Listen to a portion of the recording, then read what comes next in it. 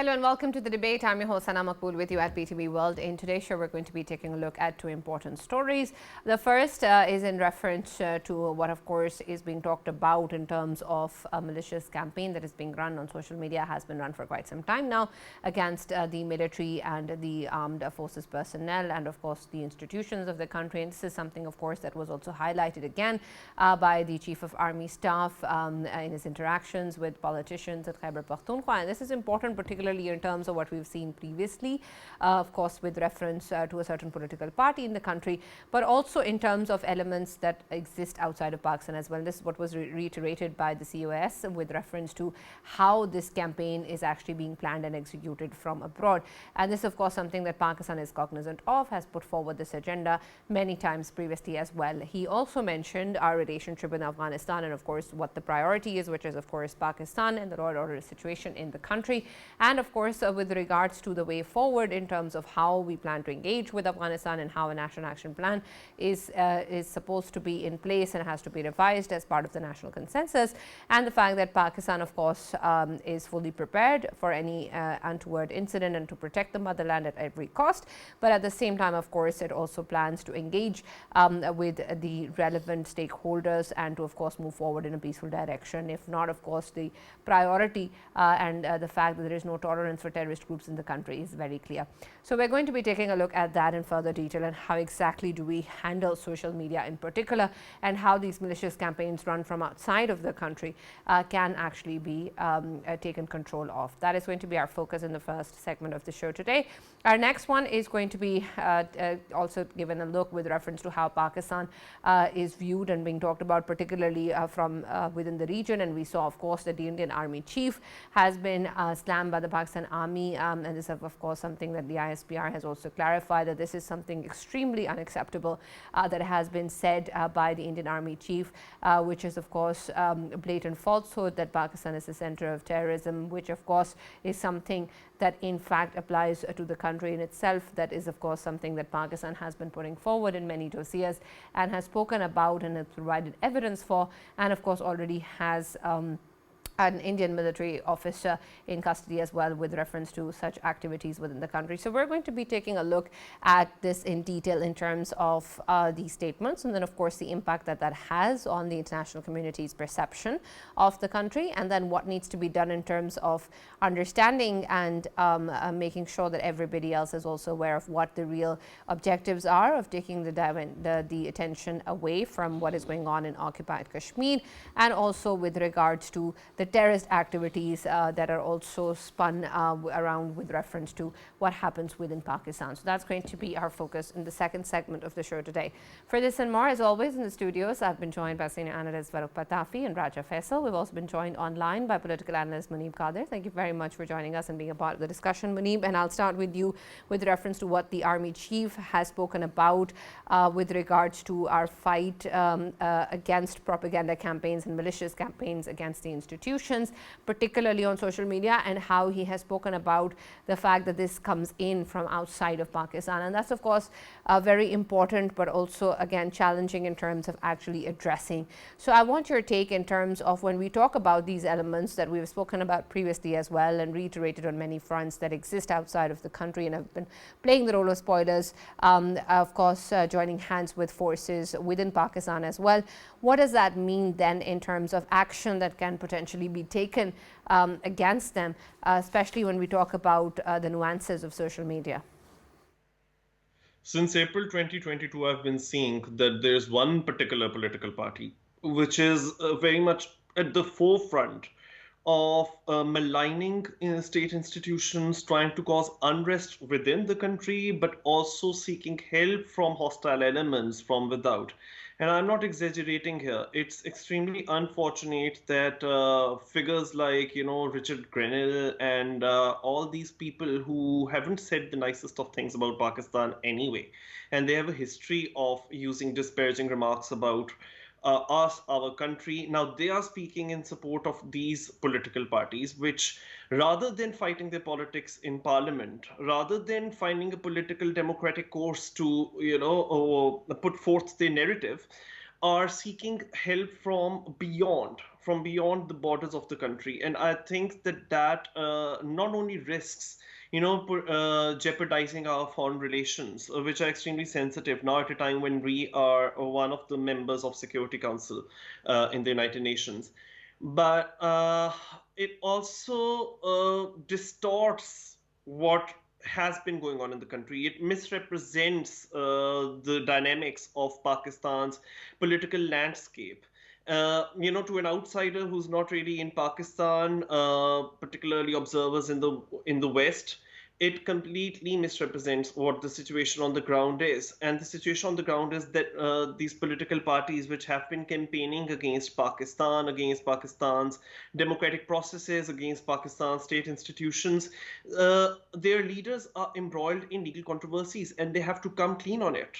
Now, just recently, there is a particular Al Qadir case going on.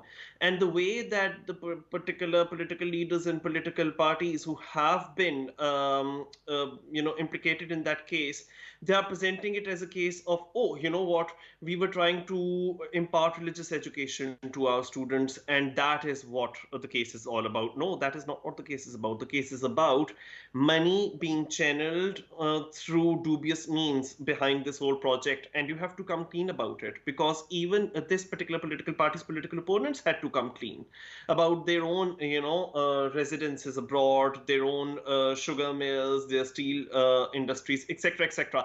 So you cannot evade liability, you cannot escape liability by spreading and peddling disinformation. But unfortunately, in this day and age, peddling disinformation with the use of AI, with the use of bot social media accounts, it's become really easy to distract away, from the issue which happens to be at hand. And then this is not happening just in Pakistan, though. This is happening at a global level. We are seeing how, the social media platform X's owner, Elon Musk, has been trying to intervene in German politics, has been trying to intervene in British politics by maligning Sir Keir Starmer, who is the British Prime Minister, to install a political party and a political leader of their own choice. So it's an unfortunate byproduct of mass social media, which then also creates opportunities for mass disinformation. So this is the time that we have to counter such harmful disinformation by providing, counter narratives, those which are based on facts. And fact finding becomes really key in this day and age, particularly when Facebook has announced that, fact finding and fact checking information is not going to be anymore on the agenda. Right, absolutely. And Faisal, I want your take on this as well, because we keep talking about how actions need to be taken with reference to these elements both within and outside of Pakistan. And while, of course, all of these nuances exist, there's also the need of a coordinated approach in order to actually fight that and to have a consensus on the matter. Again, something that we haven't really been able to achieve, while we of course have the National Action Plan that talks about different angles of such kinds of action that can be taken. But in terms of actually moving forward in true letter and spirit, perhaps a lot there is also something that can be worked upon. But I want your take then on what does that mean in terms of the options that we have, and what sort of action points can be taken, particularly when we talk about campaigns against the army that the Chief of Army Staff was also referring to, and especially them emanating from outside of the country. And particularly in terms of our actions that can be taken with regards to international norms, what sort of measures do you think need to be put in place that haven't been already? Yes, and obviously when we talk about measures, first of all, obviously I'll highlight the example of our eastern neighbor India. We very well know that India has been applying this mechanism of obviously banning the certain accounts in their own country. By the way, I just wanted to highlight that since almost more than 2 years, my own account is inaccessible in India. All of my accounts, they are inaccessible. Nobody can obviously access them while they are using different social mediums inside India.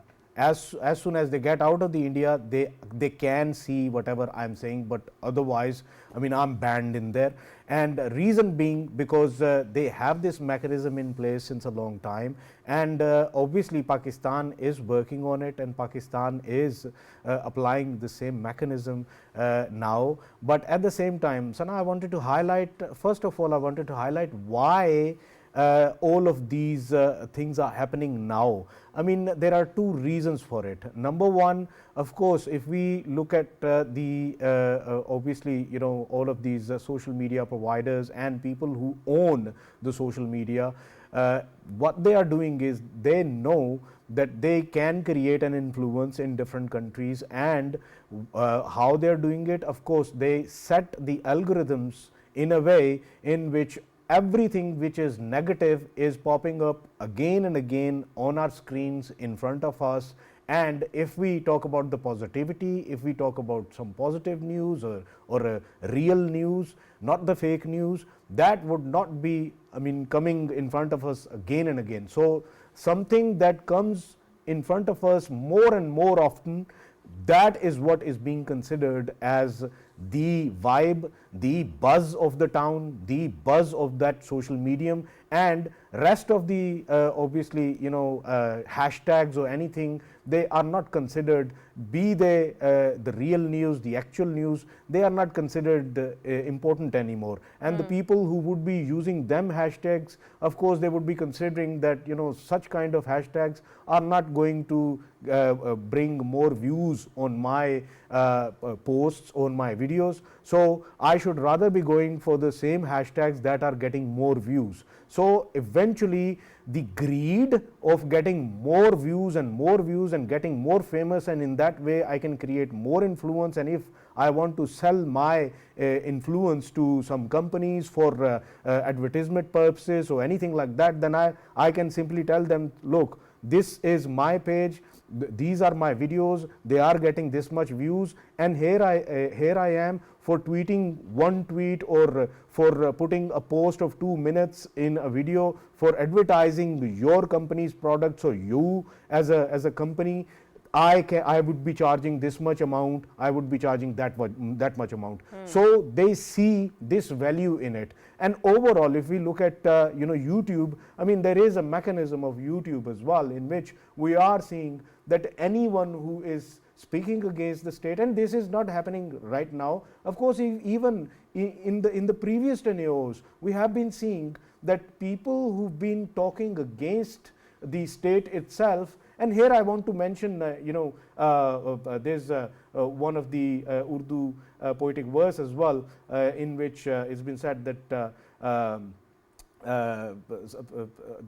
it's related to, of course, the people who abuse their own state, and then they simply want to garner more support on social mediums. That's how they are actually playing on it. And to me, I think algorithms, they set in a way in which they want the chaos to happen in certain states, and of course Pakistan is one of them. That is why we are seeing that this is taking place. How to, of course, counter it?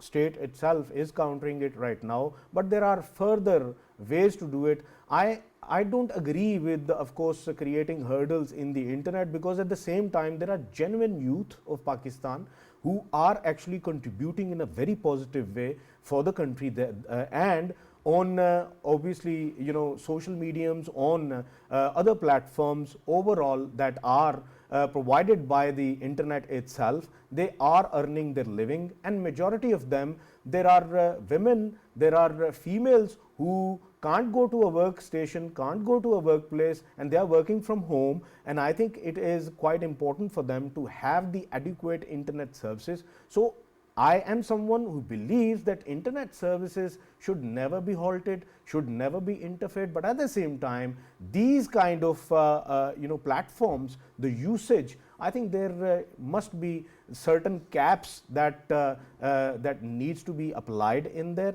and there are obviously many factors which are being applied by state itself, but they need to be renewed further more. And obviously when it comes to Like what? Very recently firewalls we have been looking at, but I think firewall, to certain extent, it needs to be, of course, further digged in, that how to efficiently use it without halting any internet services. And of course we have been seeing that there was with the application of it, the services were halted, and with that halt, many of the youthful IT users, they lost many of the contracts, and them contracts not only were actually beneficial for individuals in Pakistan, but Pakistan's economy at large was actually getting a benefit out of it. And to me, I think it is another source of attracting dollars to Pakistan in a way. Of course, if somebody is working from Pakistan for foreign foreign companies or foreign agencies or anything like that, then they are in a way a source of bringing dollars to Pakistan. So that should never be discontinued. And if we talk about these certain YouTubers, I mean, and few of them happen to be, in past, of course, they were journalists in Pakistan. They have realized that once, of course, they are living abroad, through negative campaigns, they can attract two things. First of all, they can garner more and more support on ground, and number two, of course, they can attract more and more dollars, because more the views you'll get on your videos, more the fuss you create on social mediums, more you will get discussed and more you will get mentioned. And even few of them, they are sort of very early retired politicians, which I would obviously not see them so important to be mentioned here as well. Even they are utilizing the same mechanisms, because they know that it is an easy way to earn money, it is an easy way to earn the adequate attention as well. And in future, when obviously there is the right time, then we'll get back to Pakistan and we'll say that see, we have been doing a very very lucrative service to the nation itself, and we were being the voice of the nation. That is not the case. I mean, majority of them, 95% of their content is entirely based on propaganda, entirely based on fake news, entirely based on one agenda, and that is to create chaos in Pakistan. And I think there should be a cap on all of these people to be shown in Pakistan. If I can't be shown in India, then there should be a mechanism that must be applied in Pakistan, that these people should never be able to be shown in Pakistan. Right, absolutely. And Farrukh, I want your take on these things, whether or not these measures can actually be taken, or whether it's a tit for tat response that will actually work, and whether that's something that's easily doable even. And add to that with reference to, of course, the ways in which we want to control or we want to be able to regulate social media in one way or the other is of course, a very challenging task. But the aspect of firewalls is something that you've spoken about before as well, and how different countries have actually implemented them. So why is it that that's something that we haven't been successfully able to? Is there a way to actually successfully able to do that without negating anyone's right to freedom of expression, or without moving forward in a way that damages or harms the economy of the country or slows down our internet services? Farrukh, if you can just allow me 20 seconds. Okay. The poetic verse I was about to mention. You remembered finally. Yeah, great. Now I remembered. तोहमत लगाकर माँ पे जो दुश्मन से दाद ले, ऐसे सुखन फरोश को मर जाना चाहिए. That was the one I wanted to highlight, and of course, at that time I forgot. You are not going to translate it. Yeah, I won't. Okay. Can I start now, Sana? Yeah, of course. Permission? Okay. Thank you very much for the opportunity, Sana. And whenever Faisal talks about him being banned in India, I am reminded that ever since I've been criticizing India's Modi I have constantly been shadow banned on almost every social media, including bleeding Google, right? And you can go and see it for yourself that how much I'm filtered out. But regardless, and by the way, because Faisal actually, quoted Urdu's, verse, I'm also going to quote Iqbal. Okay. मैं खटकता हूँ दिल यज़दा में कांटे की तरह और तू फ़कत अल्लाहु अल्लाहु अल्लाहु. By the way, and I'm not going to translate that either. What I want to actually do right now, Sana, is to move us away from the immediate situation and to take a bigger look, a bigger picture, right? Look at bigger picture. And here's a very simple fact that you have to look at. What has been happening in Pakistan's social media for past 10, 15 years, ever since the social media came to the picture. Let us not talk about institutions for a second. Let us talk about only political cultures. When, in 2017-18, or before that, PMLN was in government, social media, whenever it criticized, the incumbent government, the opposition used to have huge power, right? Similar case with People's Party when it was in government. Whosoever criticized, maligned the government, they had huge power. The moment they come into power, all of a sudden their power actually goes away. And power goes to the opposition, which is the former government, right? For example, when PTI comes to power and it starts actually taking policy measures immediately, PMLN's voice actually magnifies. And this is what is happening now as well.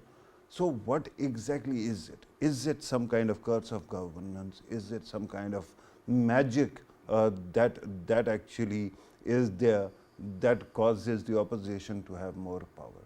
No, there is a simple fact.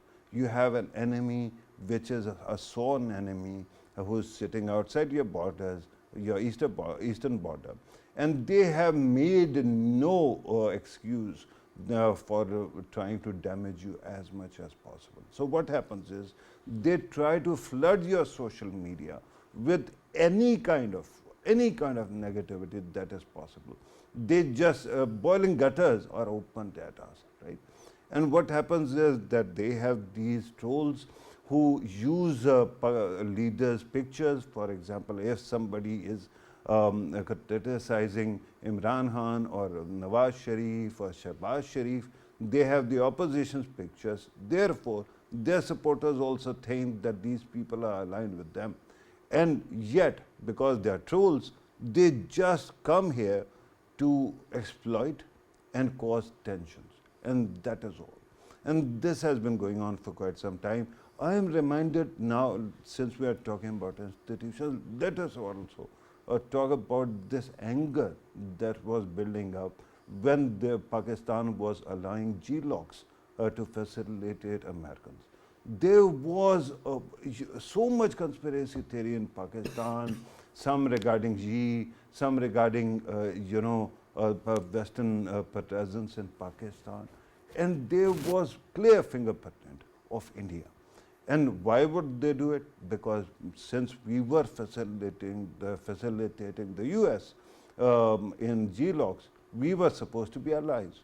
And because of that, they constantly kept on attacking Pakistan and they kept on shaking the moorings of the country. And now they have taken another step. Since 2017-18, they started attacking our institutions. There's enough for a country like Pakistan, there's enough division in the country that can be exploited by the enemy. So all these people who might be doing it right now, they are just exploiting the cash cow which is there. Whosoever aligns with them and attacks Pakistan state, they get as much money as they want. And the people like Faisal and me who will actually try to defend the country, what will happen? They will keep on facing more and more problems. It is a given, right? So whatever we are doing, Faisal and me and Sana, you, or even Muneeb, We all are doing a national service. But apart from that, after patting myself on the back, I want to actually talk about the importance to get rid of this problem. How do you do it? If there is a Pakistani who is against your principles, or who is actually trying to attack the state or state apparatus, reach out to them. Tell them what is wrong and try to convince them. If they are not convinced, then you talk to whom? You talk to the social media owners and talk to them or their companies and try to ensure that such people are not given the kind of traction that they want. Every country, for example, India.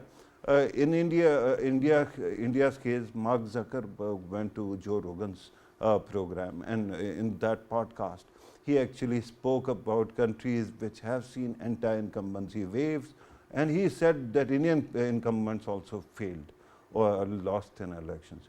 Indian government went bonkers, and after that, now Meta has tendered an apology. So this is the power of a state. Of course, India has more power, but we also have some power, right? If we want to use it institutionally, we can go and convince them. In the future, what is going to happen, Sana, is that not only states are important and you are going to have ambassadors for states, but with due respect, these companies now are so big that you will need ambassadors for them also. And you'll have to go and convince them of your case. These people will have to be good lawyers, they will have to be good economists, these people will have to know everything about almost everything. But then they'll have to go and convince the other side that our national interest is being impacted. Otherwise, if you think that you can build a firewall which is very big, I have actually given you a few examples. For example, China.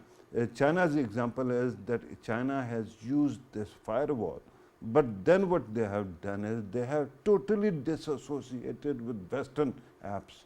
They have created their own apps. We don't have the luxury of that. Most of Pakistanis use foreign material, foreign content and apps. So the problem is whenever you try to actually contain them but allow them at the same time, what happens is either your internet suffers or then those people get a walkover. So you'll have to rely on advocacy and effective advocacy, and of course you have to have some leverage for that. Pakistan is a country of 240 million. Don't tell me we are not important enough. Other countries are actually given far more importance despite having far less population. Right. Muneeb, I want your take on this as well with reference to how we've worked around firewalls or how we can do that in the future as well. But add to that also the question of accountability.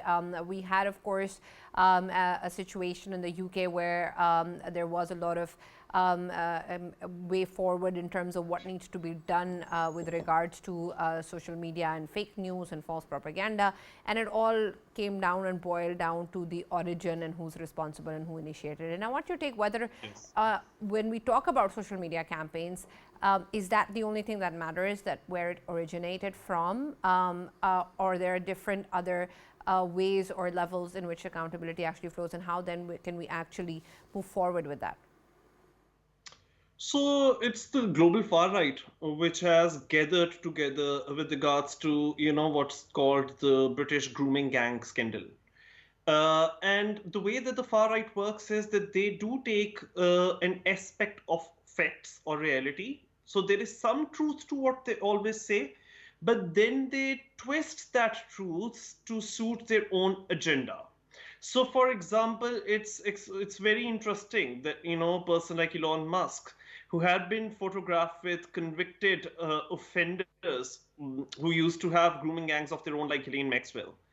Elon Musk, a person who has always supported a politician who not only is a convicted felon, but has actually been found liable in a defamation case with respect to, an issue which was centered around him, the politician, having assaulted a woman. So now the same Elon Musk and all his allies are saying that they are very concerned about women, that they are very concerned about girls in Britain and all over the world. So that just seems disingenuous and insincere. So what they've done is that yes, it's been recorded that in particular localities in England such as Rotherham and Rochdale, there had been grooming gangs, and yes, they were of the origins. I mean, they belong to a particular country, they belong to particular communities. They were of Pakistan origin, so that much is documented. But now this is where false narratives come in, and this is where the pack of lies come in. The pack of lies are that all over the United Kingdom, it's people of Pakistani origin, or it's people of South Asian origin, or it's immigrants who have been running grooming gangs. Now that is something that even Suella Braverman, the former Home Secretary of the United Kingdom, had claimed, but her own Home Office contradicted her, because that's not true. Grooming gangs are mostly all over the United Kingdom are run still by people who belong to the majority in Britain. So this particular piece of disinformation then has been intertwined with some truths by the far right, and the agenda here is they don't want to really protect women, they don't want to protect young girls, because they themselves, like I've said, are allied to people who have been trafficking young people into all sorts of horrific acts, into performing all sorts of horrific acts.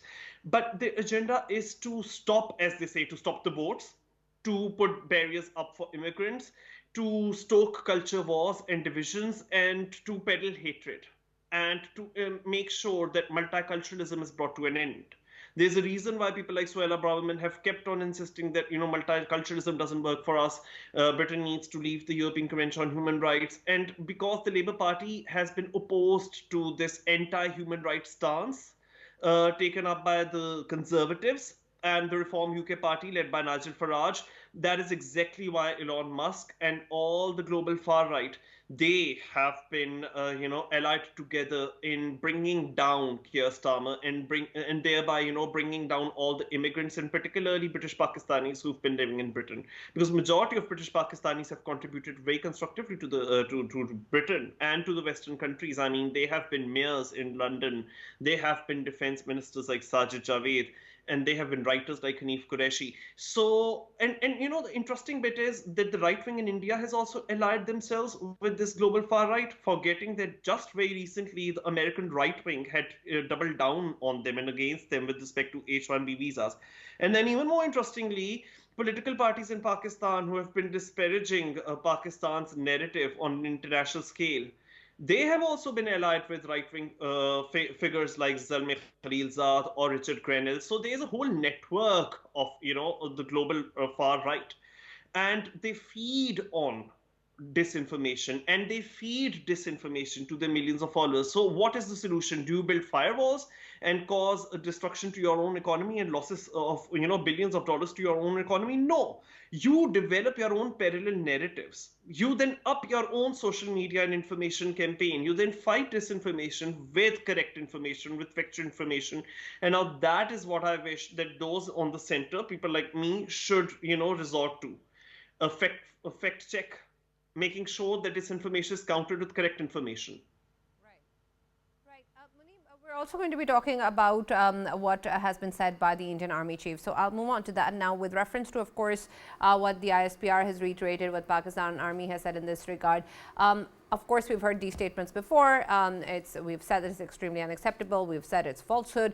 But this is coming in, of course, from the Indian Army Chief. And that is important also in terms of how perception is then created in the international community. And while, of course, Pakistan has been putting forward its own stance of Indian state-sponsored terrorism in the country, and, of course, what is going on in Indian illegally occupied Jammu and Kashmir, where do you think can this emphasis be put further in order for Pakistan's stance to actually be recognized on this front for the international community to understand, and whether or not that is something that we can do more, irrespective of how, of course, other elements are always at play with regards to national interests and economy and whatever partnerships that exist in terms of different countries.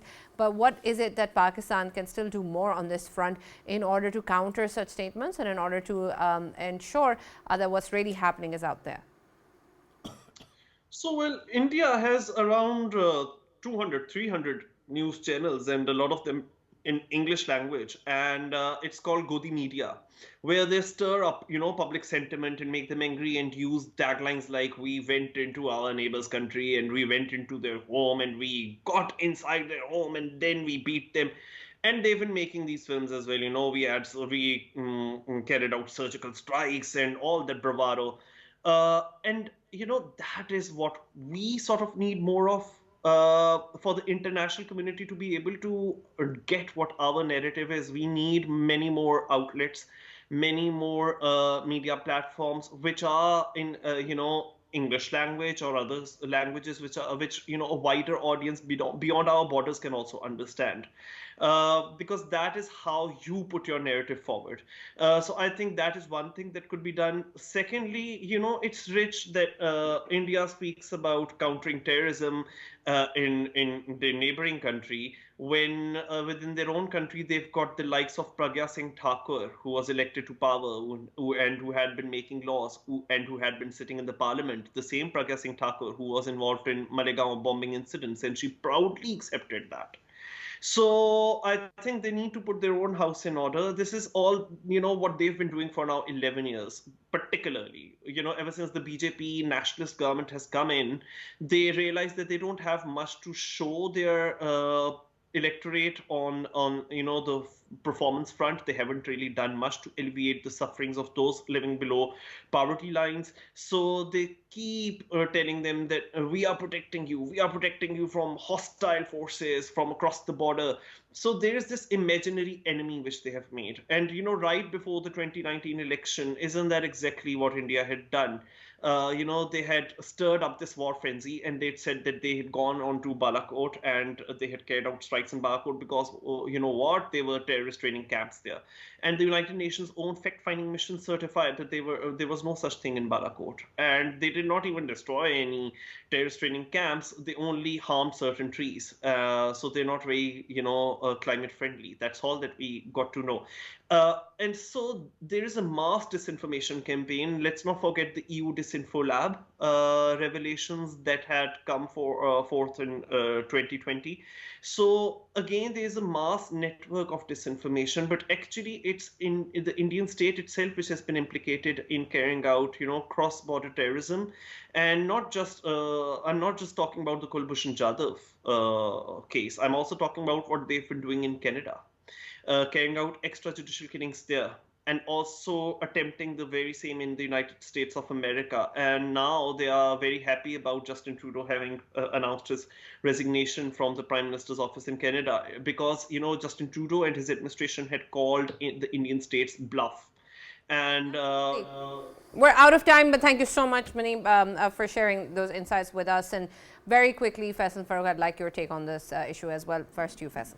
Yeah, but obviously, Sana, when we talk about General Javaid's recent remarks, he's been obviously, calling out that Pakistan is an epicenter of terrorism. And further down, he said that in recent times, I mean, the figures show that the terrorists, the word terrorist he used, who were killed in Indian illegally occupied Jammu and Kashmir, 60% of them, they were Pakistanis, and the rest of the 40%, they were obviously the locals. I think he needs to fix his stance. Reason being, I would call that the people who got obviously murdered by Indian illegally occupied Jammu and Kashmir in Indian illegally occupied Jammu and Kashmir by the rogue military of India extrajudicially, all of them, they were Kashmiris and Pakistanis at the same time. So I would call them 100% of them, they were Pakistanis. Reason being, we should never be forgetting that Ali Gilani used to obviously raise a slogan in Indian illegally occupied Jammu and Kashmir, and what he used to say that Hum Pakistani hai, Pakistan hamara hai. We are Pakistanis and Pakistan belongs to us. Right. So all of the people who are being butchered by Indian rogue military in Indian illegally occupied Jammu and Kashmir extrajudicially, all of them, they are Pakistanis, right, and they are not terrorists, they are freedom fighters. Right. Yes, Farrukh. Thank you once again, Sana. I think that at this point, the way Indian government has been actually behaving, the entirety of Indian people, I think, are not even going to, believe whatever is coming from any of the institutions, what to talk about the entire world. But I invite you to actually look at this situation and enjoy something that I am going to talk about. At this moment, why do you think these statements are coming? There was a lull in such statements, but why that has changed? Because Indian state is nervous right now. Indian state is nervous, and I don't mean Modi, I don't mean, the army chief. The entire state is nervous, not Adani, nobody else, the entire state. Why? They have zero visibility right now into the Trump administration's arrival. And I kept on asking my American friends, why do you think Indians are so troubled? They said there is a reason. Remember Hillary Clinton? Because she had the audacity to run against Donald Trump, MAGA never forgave her. They haven't forgiven her even now. So this time what has happened? Donald Trump's main contender within his own party was an Indian American, that was Haley, right? Nikki Haley. And remember when he was physically assaulted, had he actually succumbed to the attack, who would have automatically become the leader or nominee? The last person standing. And that was whom? Nikki Haley. Then by the time she bows out, what happens? Another candidate appears, a Qadir candidate, but again of Indian origin, and he had to contest against her. So they are, Indians are not being forgiven by the MAGA. So what happens in coming days is anybody's guess. Right. But the Indians, because they have been pushing their leverage too much, now they are like Icarus. Their wings are being burned by the sun. Right. They actually flew too close to the sun. Thank you so much, Farrukh, and thank you, Faisal, for joining us in debate. As always, that's all that we have time for. We'll now see you tomorrow.